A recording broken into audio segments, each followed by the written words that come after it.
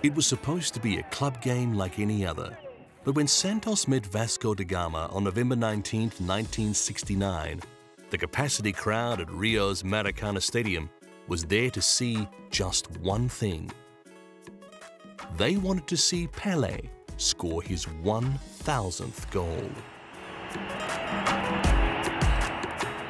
With Santos playing in their away strip, the game was hard-fought as usual, and as full-time approached, Pele remained scoreless. It looked as though the game would remain locked at 1-1, and the Santos fans would have to wait to see history. But Pele was brought down. The referee pointed to the spot, and Pele became a legend.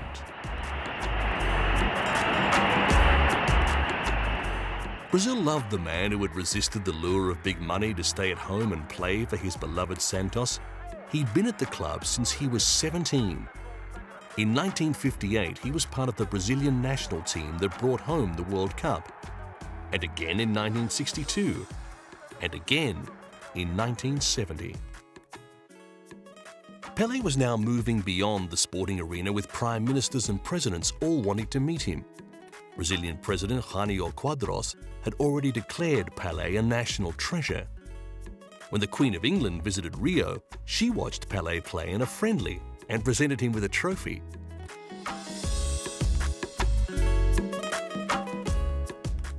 Brazilian playwright Nelson Rodrigues anointed Pele the king, and it was not long before he was crowned in front of the cameras.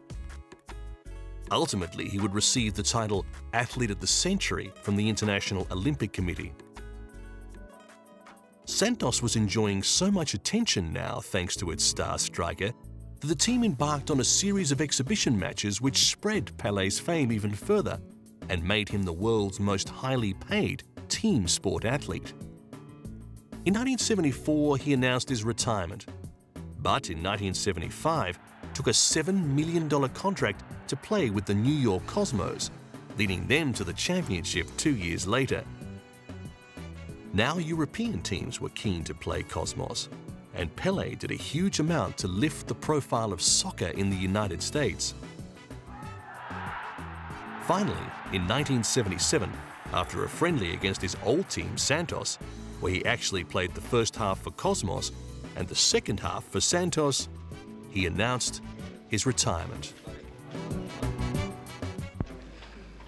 You know, I feel very, very, very sorry because I love soccer. And it's like a part of my life I lost. But it's very important when you stop in good shape, when you can't stop in good shape. Of course, I'm gonna miss a lot. I'm gonna be around, I'm gonna stay in a nice state. I asked to the coach if I can practice with the teammates sometimes. But it's important you stop when you are in a good position. But Pele's retirement remained active as he started traveling the world giving workshops and skills classes. And wherever he went, crowds would still turn out for a glimpse of the king.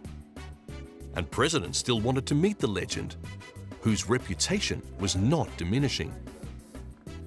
President Bill Clinton was even keen to display his foot skills.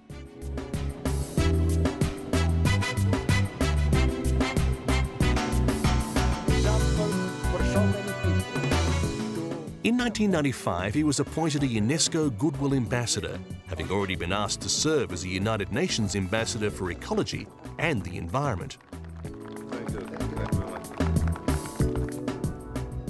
The reason Pele remains prominent is not just because of past glory. He continues to work with young people around the world, not just teaching them skills, but respect for their opponent. He also speaks out for the improvement of conditions for the poor. The work he does now is just as important as his football career. Grow in the soccer, in the football, then I was there in Africa and South America. This I love to do.